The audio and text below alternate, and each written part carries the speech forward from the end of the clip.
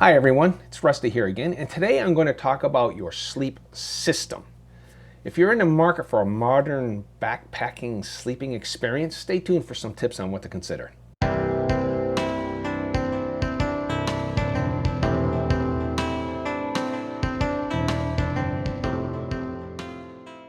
So in the old days, it was just a sleeping bag, usually very heavy by today's standards, and it was filled probably with wool or something like that, and they would weigh 5 to 10 pounds, and they were so big that when you rolled them up, you couldn't possibly fit them inside a backpack. You had to actually strap them to the outside of your backpack. So I want to reemphasize with all these items that I'm going over in this series, this is what I happen to use, but it'll give you an idea of the types of things you have to consider. So here's my sleeping gear. I have a down-filled mummy-style sleeping bag. That's the kind you can cinch around your head. It kind of keeps your body heat in on the colder nights. I have a sleeping pad, and I'll get into that. Sleeping pads aren't just for comfort.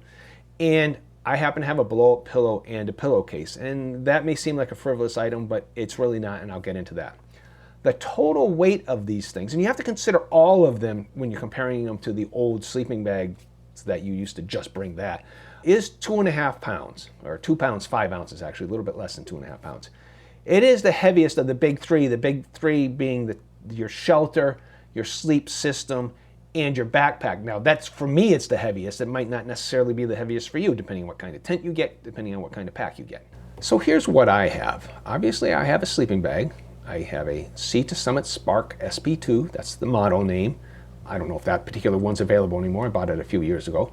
It has this ultra dry down, that's their term for it, 850 plus loft. Now the loft numbers range from around 450 up to 900. The higher the number, the warmer it's going to keep you. It has to do with the fluffiness of the down, I guess. It is rated down to 35 degrees by way of a couple standards, a European standard EN 13537, which has recently been replaced by an ISO standard 23537.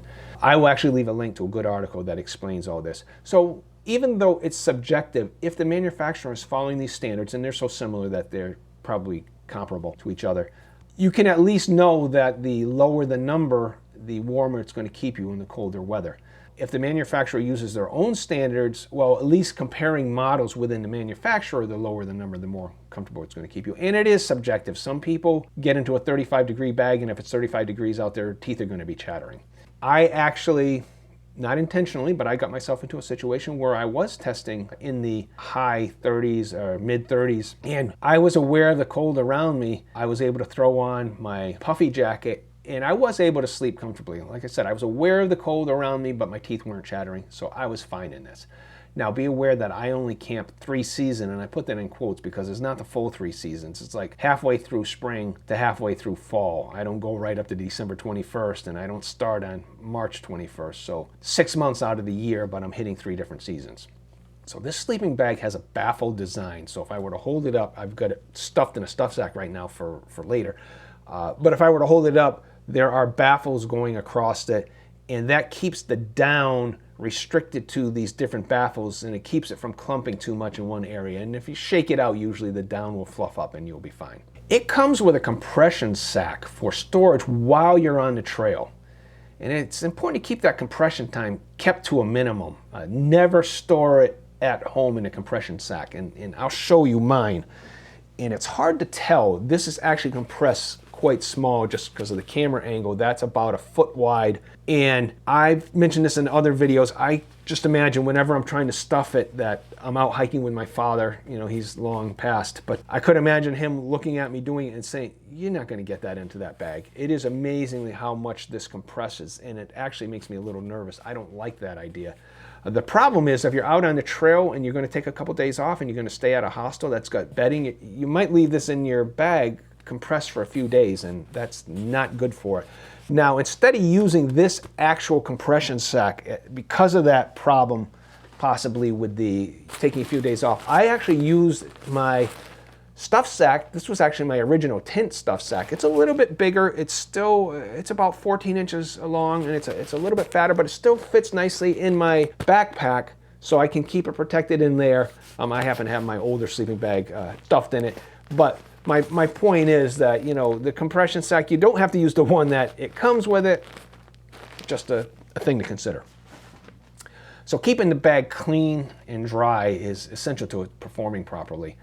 Whenever I've been on a long hike, when I come back, I use a special down cleaner. I'll put a link to the down cleaner that I use in the description, and you've got to follow the instructions very carefully. I wash it in a utility sink in the basement, and you've got to wring it out really good before you try moving it, because it could easily rip the baffles. Transfer it to a bucket before you bring it up to the dryer, but you don't hang it over a line. That would be a disaster. You actually have to air dry it or at low heat.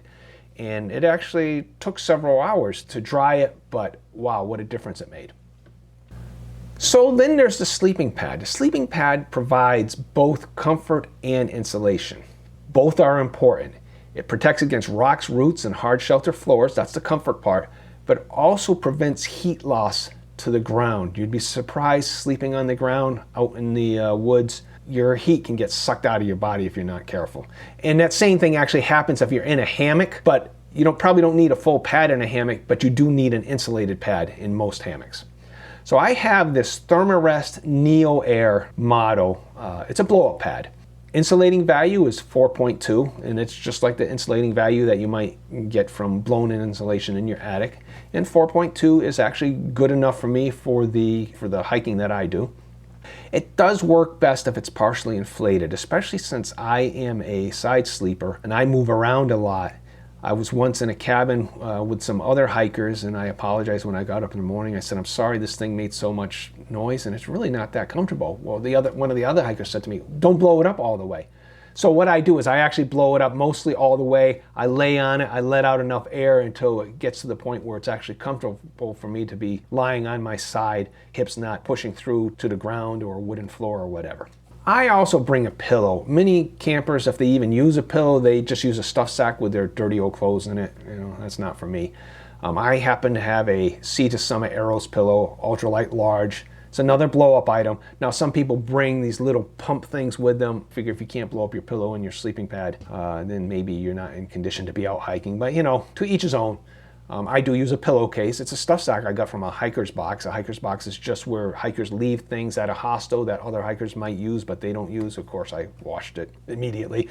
But I use that for a pillowcase to keep it clean, because I am a head sweater. And when you're out in the woods and you've been hiking all day, yeah, you are kind of nasty, and I want to keep it clean. So here's a cautionary tale about trying to go too light. I once tried a different sleeping pad. It was a Climate Inertia X-Lite. Weighed only 6 ounces. I was so excited because the other pad weighs about 12 ounces. And it was actually comfortable when I was on my back. You look at the design and says, that doesn't look too comfortable. Well, it actually was. But as soon as I went on my side, I may as well not have had it. Now, this is actually a specialty item, so I'm not criticizing this. I bought it for the wrong reason. I bought it for the weight, and I guess it's actually used for winter sorts of backpacking. And they even suggest you bring a bottle of compressed argon with you, and the insulating value goes up much higher. Well, I bought it because it's 6 ounces. I don't want to bring a metal can of argon with me to actually use it. So yeah, that was a mistake on my part. But the most important point in this is that buying things just for the weight consideration is actually not the right thing to do. You do have to maybe add a little bit weight back, so to speak, after you experiment and just find out what works for you. So in summary, there's sleeping bags, there's sleeping pads, and there's a pillow if you want one. And again, the pad that you use if you're going to be in a tent, you'll probably use a bigger one that's used for comfort also. If you're going to be in a hammock, at least get something for insulation. There are other options out there. People use ones that they're solid pieces. They just unfold. I see those a lot. I guess they're very light, and I guess they're suitably comfortable. Just things to consider. Please like, comment, share, subscribe, hit the notification bell, and I recommend you take a look at this video. Thanks for listening.